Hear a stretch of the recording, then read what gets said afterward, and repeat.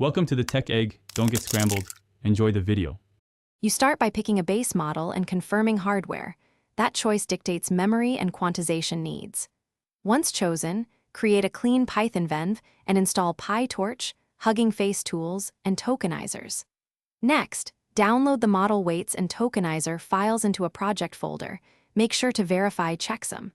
Then run a quick tokenization test on sample prompts to confirm the tokenizer matches the weights. This immediate validation prevents wasted time during training or fine-tuning.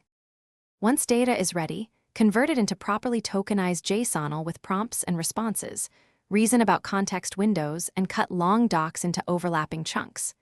Use parameter-efficient fine-tuning like low-RAy or QLow-RAy to adapt the model without full retraining. This saves GPU and time. Configure training. Sensible batch size, learning rate scheduler, gradient accumulation, and validation schedule. Also enable mixed precision and periodic checkpoints, so you can recover and evaluate fidelity as weights change during the run. After fine-tuning, quantize the model and export an inference-optimized artifact.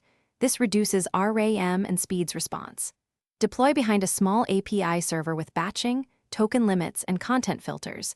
Connect a simple UI or CLI for daily use.